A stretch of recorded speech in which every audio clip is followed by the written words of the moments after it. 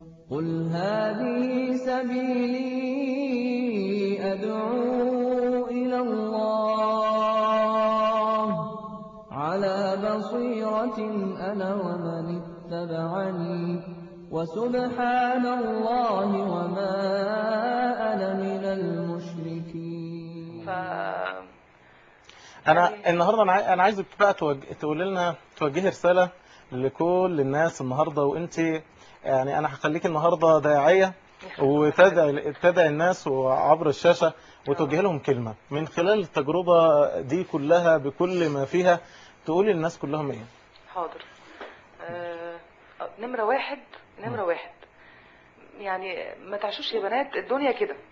يعني أنا نفسي أقول لهم كده، ما تعيشوش الدنيا زي ما تيجي. اقفوا وفكروا. يعني قبل ما تعملوا أي خطوة اقفوا وفكروا، طب هو ربنا خلقني ليه؟ وجابني الدنيا دي ليه؟ جميل. وأنا عايشة عشان إيه؟ يعني دي انا رساله بوجهها لهم، ونفسي جدا ما ياخدوش الدنيا كده، لا يقفوا ويفكروا ويتدبروا يعني كلام ربنا سبحانه وتعالى، لان احنا سبحان الله يعني امور الدنيا كلها نعرفها كويس قوي. نقدر ننزل نروح نشتري اللبس اللي احنا عايزينه، وعارفين الاماكن اللي احنا بنحب نخرج فيها، وكل الحاجات دي متاحه جدا بالنسبه لنا. بس ان احنا نقف شويه ونفكر ونحاول نتدبر مثلا القرآن الكريم، ونحاول نعرف ربنا سبحانه وتعالى عايز يقول لنا ايه من الكلام ده، عايز يقول لنا ايه من خلال المعاني الطيبة اللي في القرآن الكريم دي. هنلاقي نفسنا حياتنا هتتغير يعني هتتغير تماما اكيد.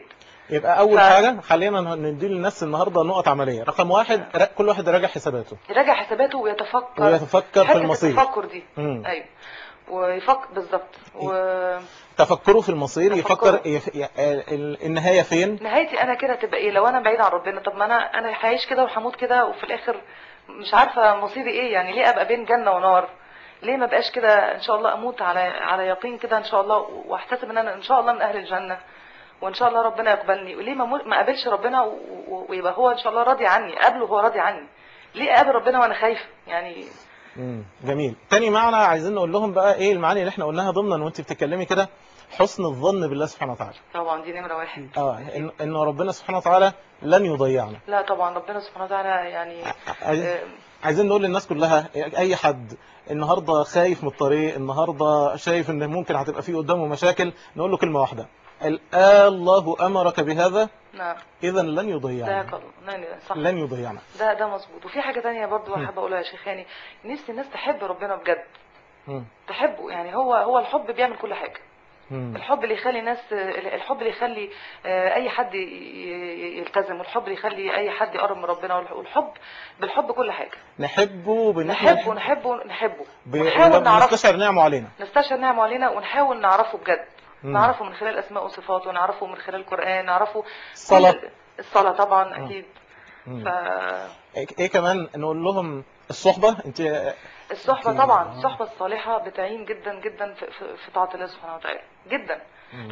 لما اخت تبقى يعني تبقى اخت في الله، وانا مثلا عندي نقص في شيء، او عندي حاجة انا مثلا مش غلطانة فيها، مذنبة فيها، هتكلمني هتقول لي والله كذا كذا كذا يا حلا، طب ما تصلحي الحتة دي، طب مش بتصلي، طب ما تيجي مثلا نصلي مع بعض، طب نقيم الليل مع بعض، طب نقرا قرآن مع بعض. طبعا الصحبة بتعين جدا. لكن لما تكون الصحبة بعيدة عن طاعة الله سبحانه وتعالى بتضل. يعني جزاك الله خيرا. نمرة واحد يعني برضو. جزاك الله خيرا يا ام هنا. يعني انا ربنا يبارك في هنا وخديجة، واسال الله تعالى ان ينبتهما نباتا صالحا ويصنعهما على عينه.